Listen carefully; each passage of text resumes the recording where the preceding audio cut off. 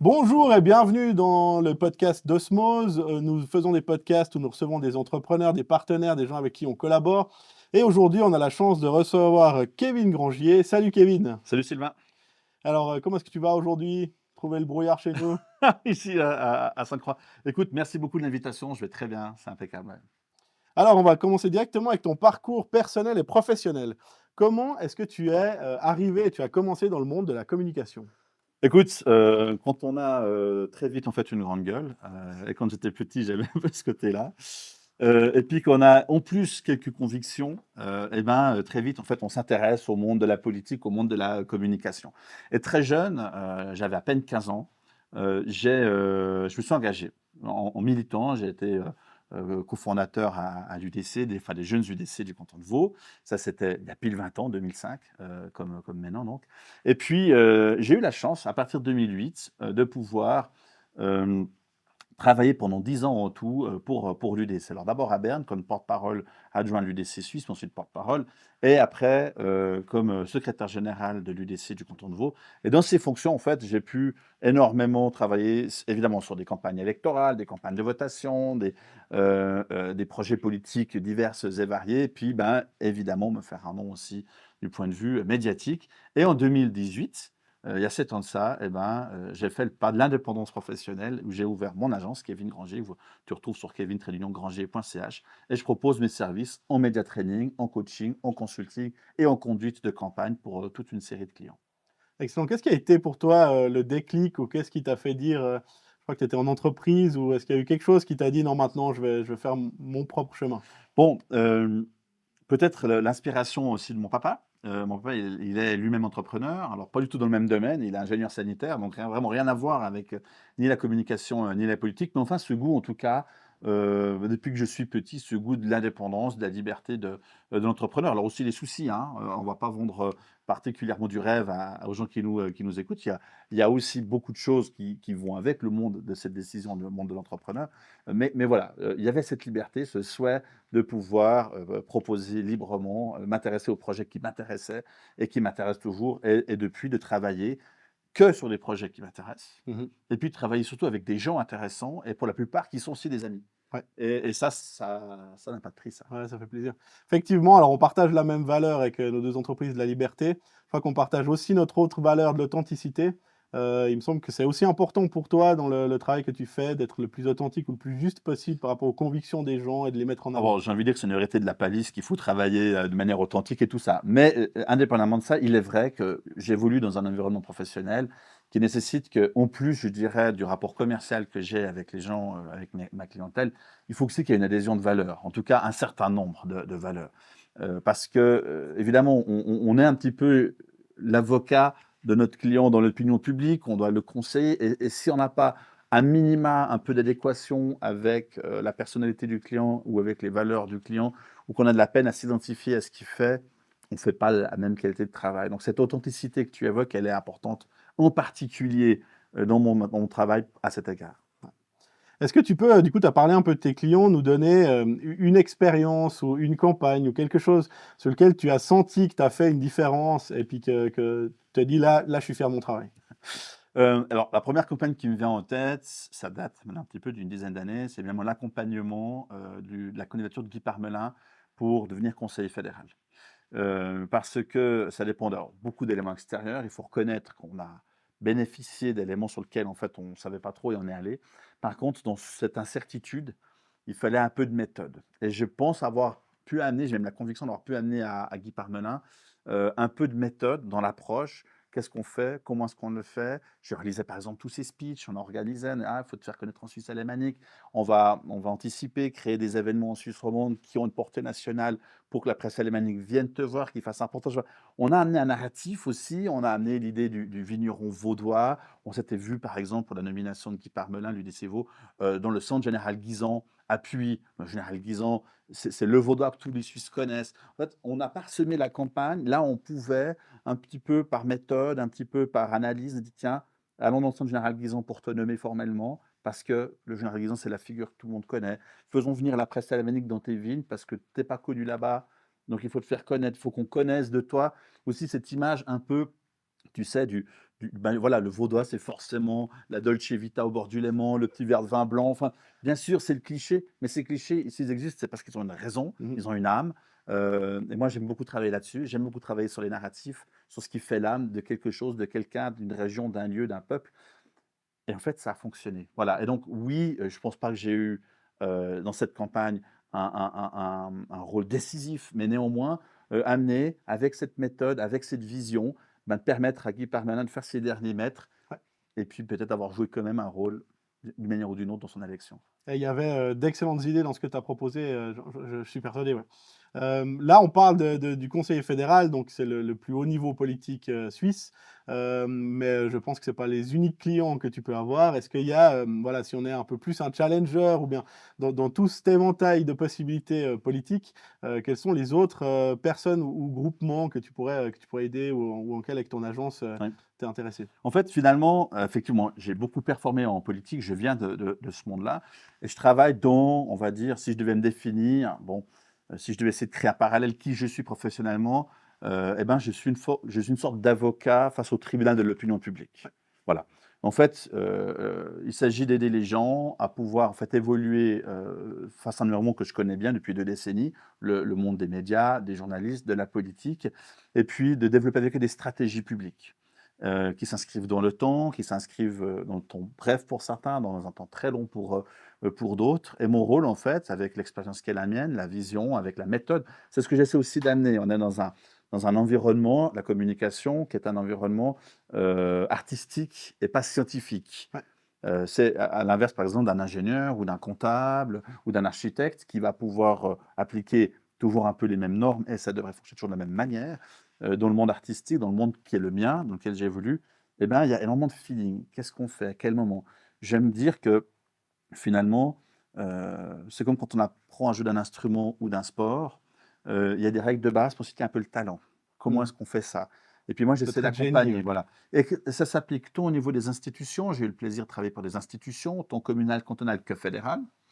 Ça s'applique dans le monde associatif, dans le monde politique, évidemment, mais aussi dans le monde commercial et entrepreneurial. Donc ma clientèle aujourd'hui, elle se répartit dans tout cet éventail de gens, que je viens, d'évoquer, et c'est avec un grand plaisir toujours que j'ai, comment dire ça? Que je prends connaissance, des projets qui viennent et puis que j'ai le plaisir d'en accepter la majorité. Excellent. Alors tu es aussi, professionnel en rhétorique et en storytelling. On a parlé un peu de qui tu peux toucher, hein, mais, aussi comment est-ce que tu fonctionnes? Donc si on prend la rhétorique, qu'est-ce que c'est pour toi, un bon discours? Comment est-ce qu'on construit un bon Un discours? bon discours, en fait, c'est un message simple. D'ailleurs, je ne sais pas si tu sais, mais le mot message a la même étymologie que le mot mission. Ouais, je savais D'accord? En pas. fait, quand on a un message à donner, c'est qu'on est en mission. Et donc, un bon discours, c'est d'abord un message fort, un message, qu'est-ce qu'on va laisser aux gens? Qu'il plaise ou qu'il plaise pas, ça c'est égal, parce qu'on n'est pas responsable de comment les gens reçoivent le message. Mmh. Par contre, on est responsable de délivrer aux gens quelque chose, d'accord, qu'on a envie de leur donner. Et ce quelque chose, c'est forcément quelque chose de simple, c'est forcément quelque chose de concret, c'est forcément quelque chose de positif. Donc un bon message, un beau discours, il est simple, il est concret, il est positif. Et ensuite, ben voilà, si le lendemain, la machine à café, les gens disent: «Oh, le message hier soir, super sympa», ou qu'ils disent: «Oh, j'ai pas du tout aimé ce qu'il a dit», c'est égal. À partir du moment où ils en parlent, ils deviennent vos porte-parole, ils portent votre message plus loin. Et pour vous, la mission, le message, c'est rempli. Ah, excellent. Et quelle, technique tu peux utiliser, une des meilleures techniques pour passer un message que nous on utilise aussi Alors, beaucoup? énormément de simplicité. En fait, très souvent, mais c'est tout à fait normal, hein, je donne un processus d'apprentissage, prise de parole en public. Alors ça Mmh. peut être simplement moi devant les cadres de mon entreprise ou devant mes employés ou alors moi sur scène lors d'un événement ou alors, moi face à un micro, pour les réseaux sociaux ou pour les médias. La simplicité, c'est toujours ce qui va fonctionner. Un message simple que chacun, peut comprendre tel qu'il doit être compris. Celui qui a un message à donner, comme je disais il y a quelques instants, il est en mission Mmh. et peut-être à l'inverse du psychologue, ou du prêtre, du pasteur, qui va donner un long message et chacun pique ce qu'il pense avoir piqué pour lui dans sa vie à ce moment-là. Ouais. Nous, quand on délivre un message, on doit essayer de mettre notre idée, nos mots dans la tête des gens. Quand une entreprise ou qu'une association a besoin de convaincre la qualité d'un produit, d'un service ou de la nécessité d'agir dans tel ou tel domaine, eh ben, elle a pour objectif de dire ma préoccupation, ma façon de voir les choses, la qualité de ce que je veux faire doit être présente chez vous, dans votre esprit. Et donc, on est beaucoup plus un peu comme dans ce film Inception, hein, avec Ouais, ouais. DiCaprio, où en fait, on doit aller mettre nos idées dans la tête des gens. Et pour réussir cet exercice très difficile, il faut être simple dans son discours. Ouais, être efficace. Donc simple, on en vient aussi un petit peu à ce que nous on fait, c'est-à-dire faire des vidéos courtes sur les réseaux sociaux. Donc la capacité à passer un message, comme tu le dis, l'attention elle est très courte et on va parler un petit peu des réseaux sociaux, mais avant je voudrais, expliquer, comment est-ce que nous on a pu se rencontrer, comment est-ce qu'on s'est mis, à collaborer, ensemble. Donc est-ce que tu peux, juste expliquer un petit peu pour ceux qui savent pas, comment est-ce qu'on a eu l'occasion de se rencontrer? Tu as été la malheureuse victime, d'un cours dans lequel j'officiais, où je terrorisais les participants il y a quelques années de ça, dans le cadre de nos services, mutuels, parce Ouais. que toi, tu es officier de protection civile. Moi-même, je suis incorporé à l'armée et durant les 8 dernières années, au sein de mon service militaire, j'ai, formé des officiers, supérieurs et généraux de l'armée, mais aussi parfois de la protection civile, lors de petits, stages média training de 2 à 3 jours. Et donc il y a quelques années de ça, tu étais enquêté de membre de la protection civile, d'officier de la protection civile, appelé à participer à un de ces cours et puis tu venais de lancer Osmose, ce faire-là. Ouais, C'était ouais, vraiment, les balbutiements, la c'est les naissance était débuts, ouais. toute fraîche et puis moi-même, je me lançais aussi d'ailleurs et puis depuis là, notre collaboration n'a cessé de grandir et de fructifier.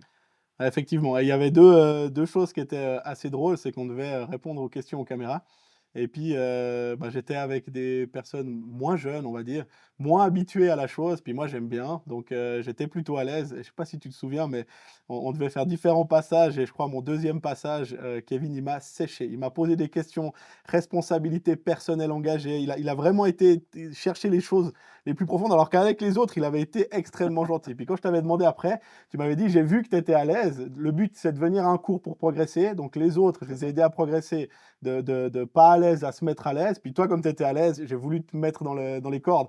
Puis alors c'était, extraordinaire. Alors, bah, tu as tout dit. En réalité, c'est la force de ces médias training en groupe. Moi, j'aime beaucoup faire ces formats en groupe, hein. Ouais, Pour une entreprise, une association, j'ai le plaisir de faire une soixantaine environ par année d'entraînement média.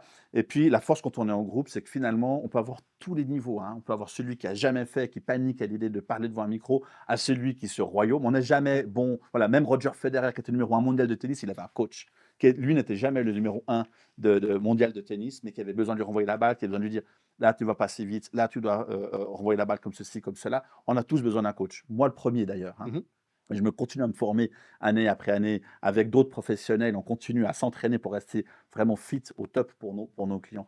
Et effectivement, quand j'ai un groupe, et c'est très hétérogène, au premier passage, je vois tout de suite les niveaux. Parce qu'il y a des choses qui ne plaisent, comment dire ça, qui ne trompent pas le regard face à la caméra, face à la personne, ou est-ce que le regard il part aux fraises, ou est-ce qu'il parle directement à la personne, la gestuelle vivante ou pas vivante, est-ce que les mots sont clairs, simples, est-ce qu'il y a la langue de bois, enfin toutes ces questions-là, on voit tout de suite. ouais, Et donc au deuxième passage, effectivement, je t'ai repéré, je dis: «OK, le lieutenant Piou, 1er lieutenant Piou qui était devant moi, bon, on va pas lui faire, le programme de débutant, il va s'enquiquiner». Donc on monte un petit peu le niveau, puis on va aller effectivement le challenger un petit peu sur une piste mmh. un peu plus dure pour lui et voilà, c'est pour ça que donc en fait, on peut faire un média training avec des groupes qui sont très, très hétérogènes en Ouais. termes de compétences. Ah excellent et tu as, fait exactement ce qu'il faut faire quand on coach, c'est-à-dire me pousser à une faute, à une erreur que j'ai et après on l'a décortiqué ensemble et maintenant je retomberai plus du tout, dans le même panneau et la deuxième chose qui était assez drôle que je peux vous raconter, c'est qu'à la fin de la formation, il a proposé, Kevin, de dire: «Ben, vous montrez ce que vous avez appris durant ces 2-3 jours, d'une façon créative». Alors ça, moi j'aime bien la créativité et bien sûr certains sont partis sur un flip chart pour faire du dessin, d'autres ont fait un PowerPoint, et cetera. Et moi, avec mon téléphone portable, et puis on était plusieurs dans mon groupe, on a fait une petite vidéo. Puis rapidement, avec mon smartphone, j'ai fait le montage vidéo. Et Kevin m'a vu au café. J'étais dans la cafette avec mon téléphone en train de bidouiller, alors que tous les autres étaient en train de travailler pour faire. On avait 20 minutes. Et puis au moment que notre groupe passe, je lui ai envoyé un lien par mail en disant bah, tu peux diffuser ça. Et puis en fait, c'était une vidéo qui reprenait un peu les éléments qu'on avait fait. Et puis du coup, on mettait en application exactement ce qu'il avait montré. Et puis après le cours, Kevin a dit si tu as fait cette vidéo en 20 minutes, je t'ai vu faire cette vidéo en 20 minutes, donc on ira boire un café les deux, on ira manger quelque chose, et puis il faut qu'on discute. Et puis c'est C'est effectivement juste, là ouais. qu'une belle collaboration a démarré entre nous. Parce que tu vois, pour moi, jusqu'à ce moment-là, enfin bon, effectivement, c'était génial l'utilisation de ton outil en si peu de temps. Parce que à ce moment-là, c'était forcément, on va dire, assez chronophage de créer une vidéo. Ouais. On était forcément sur une captation suivie d'un montage, c'était plusieurs heures de travail. Et puis en fait, en 20 minutes, tu as pris ton téléphone, tu as fait deux trois plans, tu as créé une petite storyboard, Ouais. et puis tu as fait un montage, et c'était là, c'était en 20 minutes. Alors, en 20 minutes, on n'a pas la qualité monumentale, mais enfin, on avait ce qu'il fallait. Le produit était hyper utilisable. Ouais. Et ouais, ça arrivait par mail, c'était facile d'utilisation, c'était un clic, ça marchait. Enfin, c'était vraiment génial. Donc, effectivement, je me suis dit, ce gaillard-là, il ne faut pas le laisser partir sans prendre ses coordonnées, en tout cas. Ah, Voilà. merci beaucoup. Puis bah, maintenant, on collabore sur les réseaux sociaux. Et je voulais savoir, d'après toi, quelle est maintenant la place des réseaux sociaux pour ce qui est de la stratégie de communication et principalement communication politique? Alors, c'est évident que ça joue un rôle important, mais c'est toujours difficile de dire comment, combien, quoi. Mais c'est la même réalité pour une campagne d'affichage public. Simplement, c'est là depuis beaucoup plus longtemps, et c'est donc ancré dans la tête des gens qu'une campagne publique, c'est forcément de l'affichage, c'est forcément un flyer. Les réseaux sociaux, c'est beaucoup plus récent, ça va beaucoup plus vite aussi, les plateformes se démultiplient, mais c'est évident aujourd'hui que ça joue un rôle essentiel dans l'écosystème, et que c'est au moins aussi important que les moyens plus traditionnels, papier, que sont le tout-ménage, que sont les affiches. C'est effectivement un moyen complémentaire. Qu'est-ce qui est pour toi un bon contenu politique sur les réseaux sociaux? Bon, de nouveau, on va dire ces valeurs un peu universelles de simplicité, de concret, bah, ça doit être concret, ça doit être très simple, ça doit aller vraiment tout de suite à l'essentiel. Ça, c'est vraiment important. Les gens n'ont de moins en moins de temps à consacrer à du contenu. On doit faire face à une surinformation, donc une immense concurrence d'informations sur les réseaux. Et il faut être vraiment tout de suite sur le point, précis, on veut aller. Et pour le faire, alors là, il faut engager des moyens. Et c'est là où je pense qu'on peut parler aussi un peu de storytelling. Il faut aller chercher des histoires. Alors, pas raconter des histoires. Et ça, Ouais. c'est la grande erreur à pas commettre quand on veut créer du narratif, créer un narratif. Mais la question, c'est de créer l'histoire qui fait du sens pour son public. Pourquoi ce message va toucher les gens? Et le storytelling, c'est pas quelque chose de récent. On bâtit des nations sur le storytelling. La Suisse, par exemple, c'est le storytelling, c'est la narration de Guillaume Tell. Ouais. Et l'histoire de Guillaume Tell, c'est l'histoire de l'émancipation, de la liberté. Guillaume Tell, le protagoniste, l'antagoniste, le bailli Gessler, la quête, la fameuse pomme posée sur la tête du fiston. Et donc, Guillaume Tell qui doit, pour gagner ses libertés, relever cette quête, abattre la pomme sans abattre son fils. Et puis ensuite, dans l'histoire, il va abattre le méchant, il va abattre le bailli Gessler. Et donc, la liberté va s'instaurer en Suisse. Et donc, c'est pas nouveau le storytelling, mais il faut aller chercher le bon message à la bonne personne. Guillaume Tell, c'est le message pour dire la Suisse est libre. Mmh. C'est le message qui fédère les Suisses entre eux, qu'on soit de Genève ou de Romanshorn, de Kias ou de Bâle. On connaît l'histoire de Guillaume Tell et on porte une valeur forte. Là, c'est la liberté. Et c'est ça qu'il faut aujourd'hui, le bon contenu sur les réseaux sociaux. C'est un message simple qui s'inscrit dans un narratif, dans un storytelling qui fait du sens pour le public. Et ce qui est pratique avec les réseaux sociaux, c'est qu'on peut rapidement toucher beaucoup de monde. On peut aussi amplifier son message, parce que c'est vrai que si on est à un événement ou on est ailleurs, on va toucher les gens qui sont sur place, mais en captant ça ou en faisant des vidéos courtes, on peut les mettre sur les réseaux. Ça aura une résonance aussi plus longue, ça pourra toucher plus de monde. Et effectivement, si on décortique, parce que quelqu'un qui fait une campagne politique ou même un sujet quelconque va toujours avoir différents axes par rapport à son sujet ou par rapport à sa ligne de communication. Et en faisant du contenu sur les différents axes, un axe va toucher une personne ou une autre, puis on pourra ainsi effectivement toucher un petit peu tout le monde. Et puis, les habitudes de consommation d'informations changent beaucoup. Je veux dire, il y a encore 20 ans, chaque région avait son journal régional, on y mettait des encarts de presse. Aujourd'hui, ça existe toujours, ce public-là doit être servi. Donc nous, quand on prévoit des campagnes politiques, on prévoit aussi des annonces pour un public de gens très attachés à leur région qui vont s'abonner, ne serait-ce que par solidarité avec la région, au journal papier. Mais il y a aussi tous ceux qui ont d'autres habitudes de consommation, qui ont largement mis le papier de côté, qui pour diverses raisons ne sont plus que sur téléphone. Et ces gens-là, il faut aussi les servir. Et là, les réseaux sociaux, évidemment, sont incontournables. Effectivement, je pense que c'est complémentaire parce que nous, on est très digital, mais on a quand même certaines publications papier. Et je pense aussi qu'il y a une ordonnance de l'information qui peut être donnée. C'est vrai que sur les réseaux sociaux, Instagram, TikTok, X, peut-être même LinkedIn, un peu entre deux, on va être plus sur du contenu court, rapide, où on veut l'information succincte rapidement.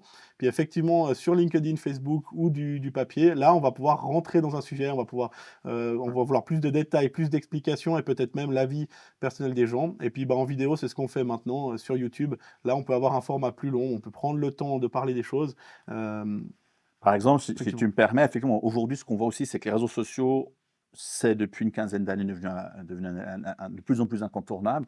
Mais il y a 15 ans, grosso modo, il n'y avait que Facebook et Twitter. Ouais. Aujourd'hui, c'est beaucoup démocratisé, il y a de plus en plus de choses. Et il faut aussi observer, on observe, on apprend vraiment beaucoup en observant sociologiquement comment est-ce que l'utilisateur se comporte. Et on voit que de plus en plus, la même entité peut avoir différentes stratégies sur différentes plateformes. Je prends l'exemple que je connais, pour lequel j'ai toujours plaisir à m'investir, c'est l'armée suisse. Alors, je ne suis pas moi-même dans la communication de l'armée suisse, mais je suis toujours un militaire incorporé, puis qui, donc, ces dernières années, s'est beaucoup investi pour Ah oui. améliorer la communication à travers des entraînements médias des porte-paroles de l'armée, des gradés, des officiers. Mais en fait, on voit, c'est intéressant, sur,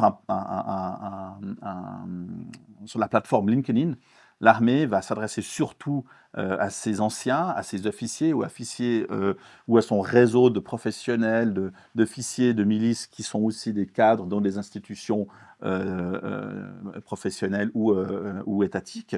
Et puis, sur des formats plus jeunes, on va dire TikTok, on va parler d'Instagram, où en fait, on ne va pas du tout chercher à mettre en réseau des gens qui, à ce moment-là, n'en ont pas vraiment, qui ont une vingtaine d'années. Par contre, on va proposer du contenu qui est hyper attractif pour des jeunes qui veulent vivre l'aventure de l'école de recrue, qui veulent s'investir, qui ont envie de découvrir ce que c'est que de participer à un exercice de nuit, de faire feu et mouvement, des choses comme ça. Donc, si on va regarder la stratégie de communication de l'armée suisse sur les réseaux, et puis qu'on prend le temps d'aller de droite et de gauche, on voit que le message va être très, très différent qu'on soit sur des plateformes plutôt jeunes, Ouais. et puis, ou alors sur la plateforme professionnelle qui est LinkedIn.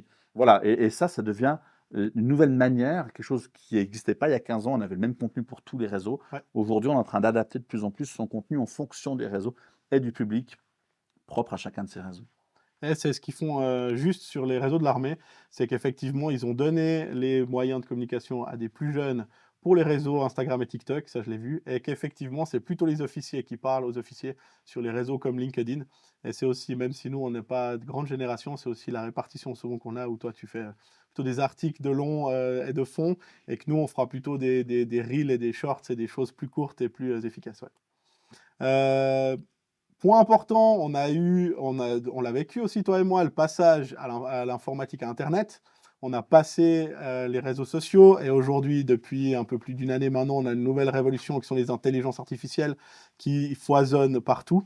Je voudrais savoir quel est un peu toi, ton regard par rapport à ton métier, de rédacteur proprement parlé, qui est peut-être un peu en danger, et le métier de communicant, la différence avec, les IA?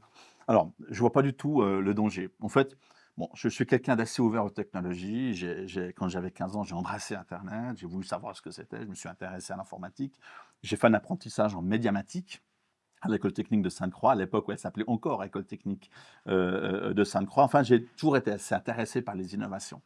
Et celle de l'IA en est une, c'est évident. On ne doit pas avoir peur de ça. Tu sais, on est dans un pays qui, il y a 100 ans, en 1925, je pense que 90%, si ce n'est pas 100% des gens suisses savaient sceller un cheval. Ouais. Parce qu'on se déplaçait encore à cheval. La voiture, c'était au début, il n'y avait pas d'autoroute, et puis c'était vraiment les personnes très très riches, puis c'était en plus assez astreignant, probablement que ça ne marchait pas toujours très bien, il fallait un choc pour démarrer.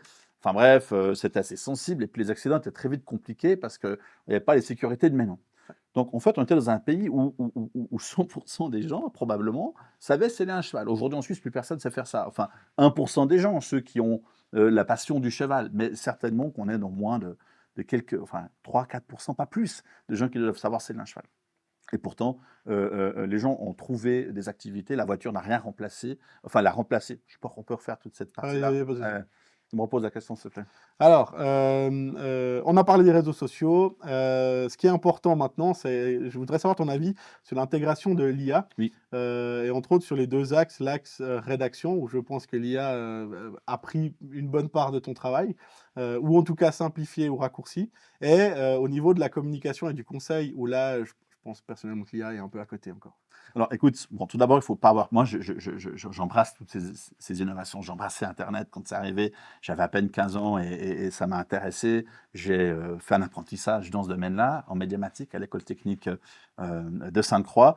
Et puis, il ne faut pas avoir peur de ces innovations. Et celle de l'IA ne m'inquiète pas plus qu'une autre. Tu sais, on est dans un pays qui, il y a 100 ans, en 1925, 90% des gens, si ce n'est pas plus, savaient sceller un cheval. Parce qu'on se déplaçait à cheval, principalement. La voiture était vraiment tout à ses débuts. Il fallait être très riche pour en avoir une, très probablement. Aujourd'hui, en Suisse, il y a moins de 5% des gens qui savent sceller un cheval.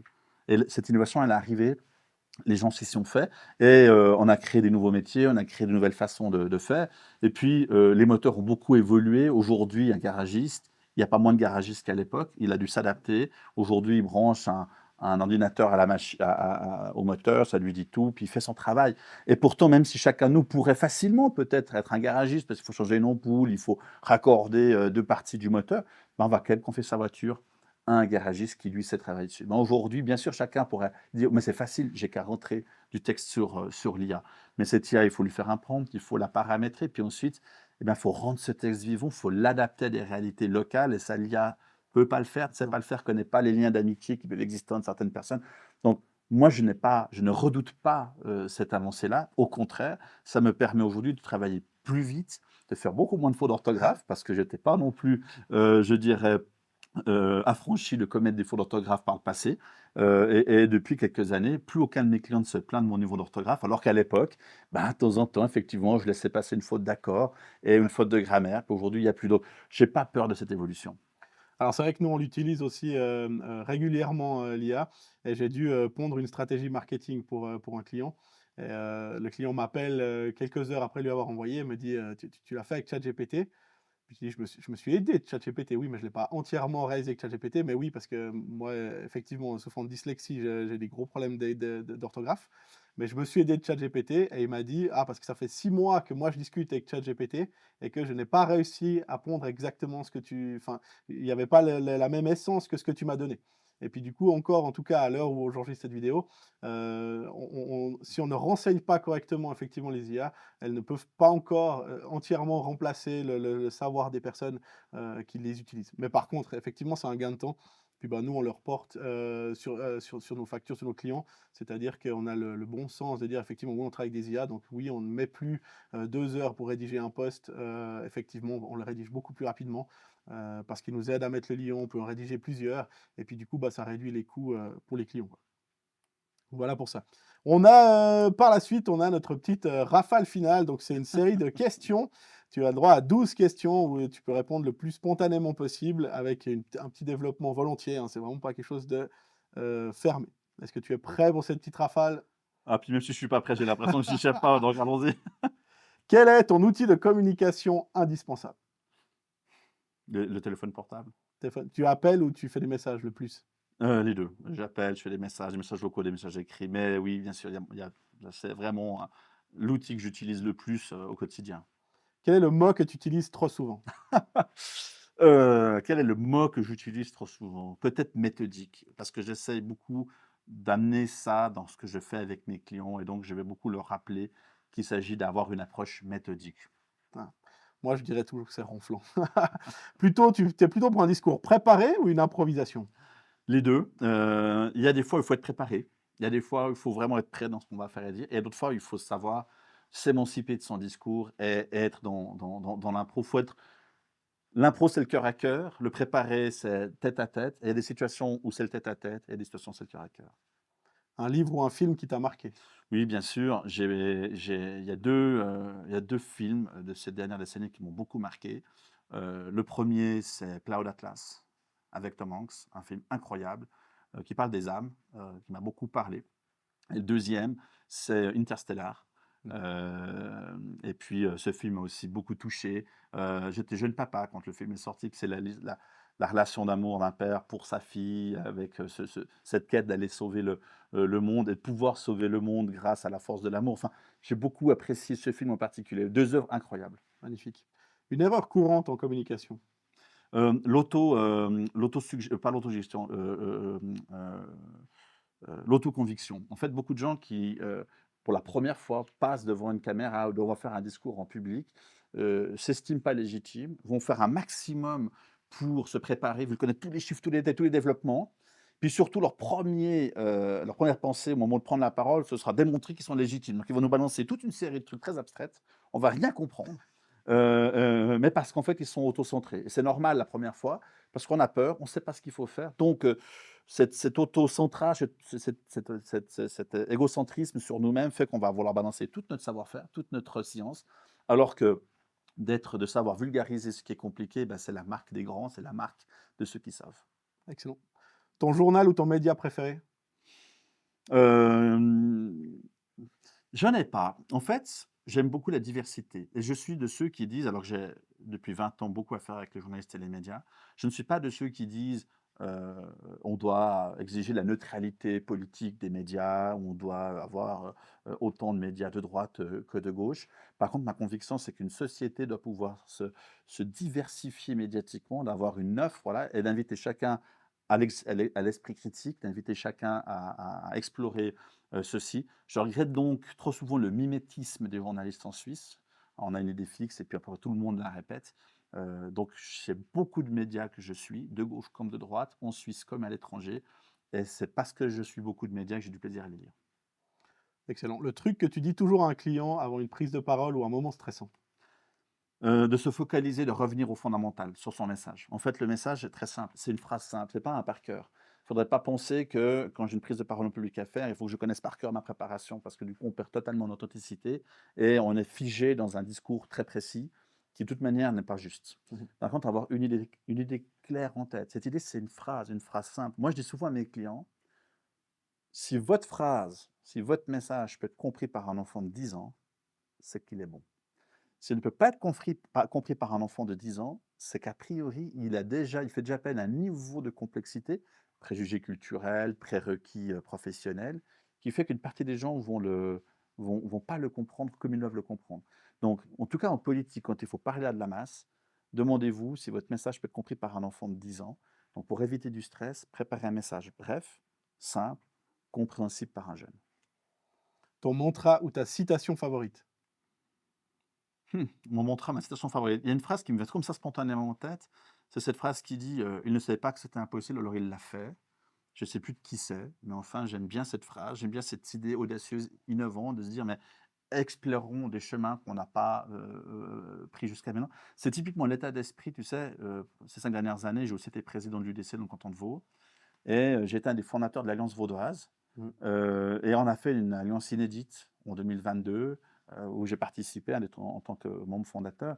On a dit: «Mais on va faire un truc qu'on n'a encore pas fait. On va faire, bon, PLR, UDC ensemble, ça c'était OK, mais on va rajouter un autre parti. On va essayer de créer une dynamique, on va essayer d'être audacieux, d'être un peu, comment dire ça, frais, innovant dans notre campagne» et on a réussi à tourner une majorité qui depuis 15 ans était installée dans le canton de Vaud.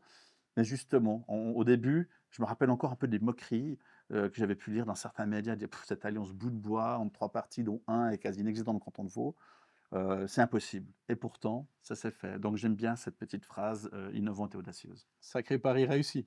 Le réseau social que tu utilises le plus? Bon, avec l'âge que j'ai, j'utilise beaucoup Facebook, mais en fait, c'est assez amusant. Évidemment, depuis plus de 20 ans, j'utilise Facebook dans ce que je fais en politique. Mais c'est pas les publications politiques qui ont le plus de succès. C'est plutôt, j'aime bien m'émerveiller de ce que je vois et puis j'aime partager ça. Donc quand je suis des fois en randonnée, en balade dans ma région ou ailleurs, je prends des images, des moments parce qu'ils me touchent par la grâce du moment, Mmh. puis je partage ça. Alors des fois, c'est un petit bout de film, des fois c'est une vidéo, des fois c'est avec de la musique, des fois c'est sans musique, bref, c'est égal. Et ça a beaucoup de succès sur les réseaux. Ouais. Alors que de temps en temps, quand je réagis à un article ou que je partage une idée, bon, bah, j'utilise d'abord Facebook de manière utilitaire pour ça, mais c'est un peu moins de succès. Ah, c'est la règle d'internet, c'est que on ne peut pas prédire ce qui va se passer. Une figure historique que tu admires? Bon, j'ai un attachement évident, au général Henri Guisan, que j'utilise beaucoup. Alors pourquoi? Pourquoi je me reconnais beaucoup? J'espère en tout cas, pour me reconnaître, c'est peut-être un gros mot, mais évidemment, j'ai une identification parce qu'il est vaudois, c'est mon cas. C'est un militaire, je suis aussi incorporé à l'armée, c'est une institution importante à mes yeux, je lui accorde beaucoup de valeur.